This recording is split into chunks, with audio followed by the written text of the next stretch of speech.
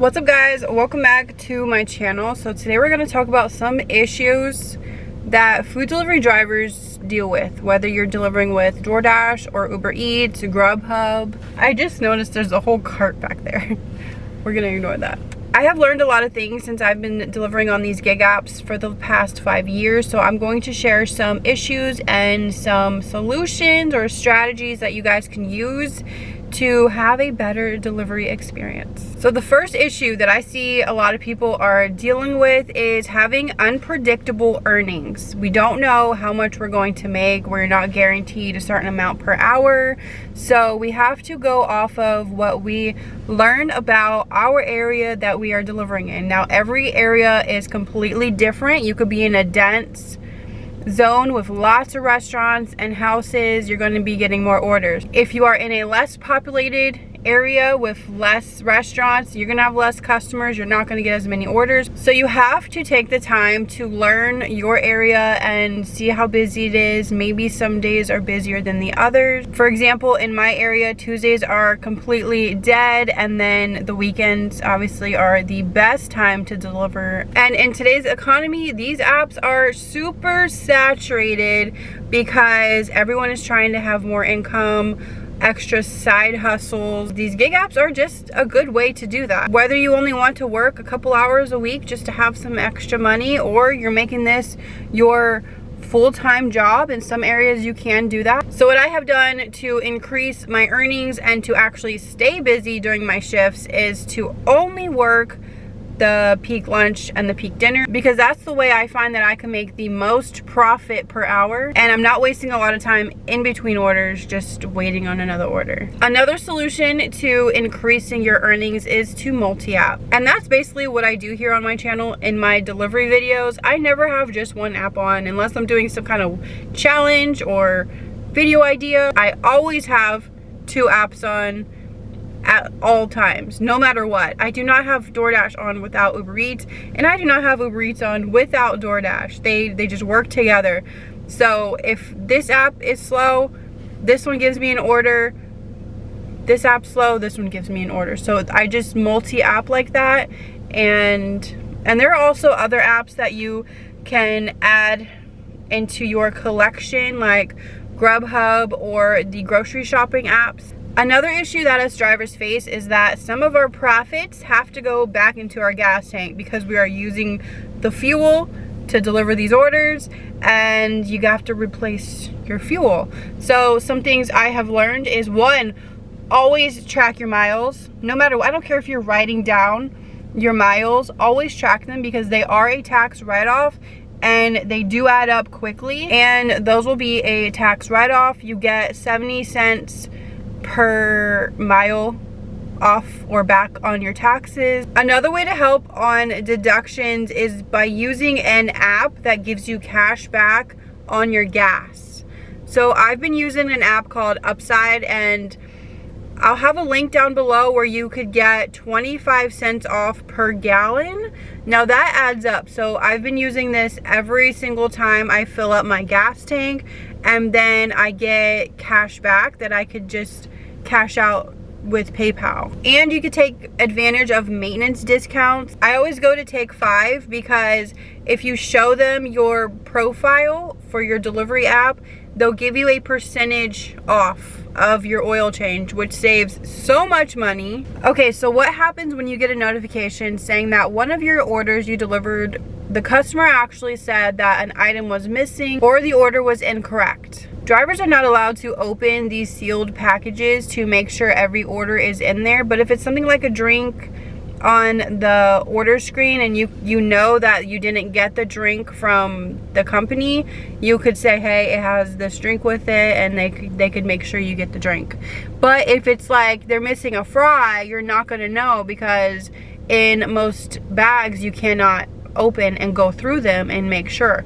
Now, back before COVID, we were told to go through to see every single order. Basically, put your eyeballs on every single order, make sure it's in there. But post-COVID, all the bags are sealed. Well, most of them are supposed to be sealed, tamper-proof stickers on them, so we cannot see. We just have to trust that the workers at the restaurant are actually putting all the items in there, and we don't know until you get one of those customer complaints where they're saying they're missing an item, you know, their fries weren't in the bag. And yeah, sometimes these customers are just like trying to get some kind of refund and they might not be honest, but other times they're being honest, they're missing some part of their food and they don't want to be charged for something that they didn't receive. So today we have to visually verify the order compared to what is listed on the item receipt. And say it's like you're at Papa John's picking up 3 pizzas and they hand you 2 boxes, then obviously you know something is missing.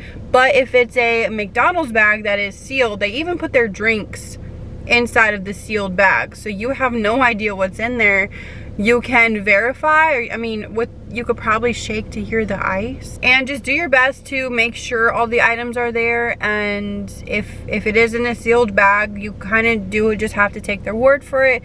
If you notice that this is happening at the same restaurant, maybe try to avoid that restaurant and their orders in the future to cut back on your complaint that something is missing. Another issue is how to deal with an unresponsive customer. So we're gonna start at the restaurant. Let's say the restaurant staff is telling you that, oh, we're out of this certain item. Can you ask the customer what they want to replace it with? That's happened to me several times, and usually I'm texting them or I'll call them and they're very responsive, but sometimes the customer won't be around their phone at all and you have no response. So what do? You just have to improvise. Like one time I was picking up and they were out of cheesecake and there was other cakes to choose from, so I took it upon myself to choose the replacement of their cake flavor, because if the customer isn't responding, I mean, I could only do so much to help them out, so I would just do my best. So let's say now you're on the way to the customer and you come to their gate and you have no idea what the gate code is because they did not leave it in the customer notes like they are supposed to, and they're just expecting you to either follow someone in or figure it out. That's usually what I do. I will pull over to the side when another car comes in, puts their code in, gate opens, I will tailgate them in, because that's the only way we could get into the gate, right? If the customer isn't responding at all and nobody is coming in, what do? I've seen some TikToks where they just leave the food at the gate and take a picture, because that's as far as they could physically go and the customer isn't responding. Now, I have never done this myself. I usually can wait a couple minutes and follow a car in. So let me know down below if you have ever came across a situation and you just had to leave the order at the gate because you couldn't get in. Now, a lot of times the customer is not watching or is near their phone at all. They just place the order and chuck their phone across the room and they go take a nap or something. Like, when I order food, I am watching the driver turn by turn, so I know exactly where they are and their exact arrival minute. That's just how I do it. But I have learned throughout the years that other customers, they just don't. They just want their food to appear and move on with their life. So let's say you get to a customer and it's a hand it to me, but you're knocking, you're calling, texting, knocking some more. Nobody's answering the door. Then what do? Now, before COVID, there was no leave at door whatsoever. That was not a thing where we just left the food at the door. That was unheard of. Post-COVID, now most of the orders are leave at door. If you are waiting too long at their door waiting for them to answer, a timer will pop up. I don't know how many minutes.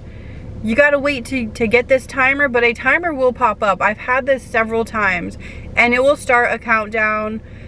And if you've texted the customer, called them, there's no response, and you get down to the timer, they would tell us to discard the food safely.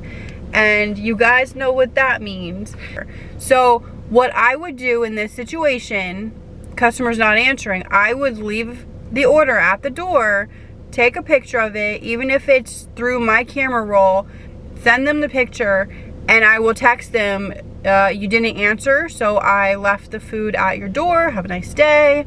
And I will mark delivered and I would go to my next order. So nowadays that is more acceptable to do, but back in 2019, we were not allowed to leave an order at the door if they didn't answer. We had to wait and knock, or if it took too long, we would contact support and they would try to contact the customer. Okay, so those are some issues that us gig drivers deal with, and I hoped I helped you out with some solutions to those issues. If you have anything in mind that I did not talk about, or if you want to elaborate on something with another solution, please let us know down below. We are all here to learn. Whether you've been driving for many years or you're about to do your first order, I feel like these are very important tips to know. So thank you guys so much for watching, and I will see you guys in my next one. Bye.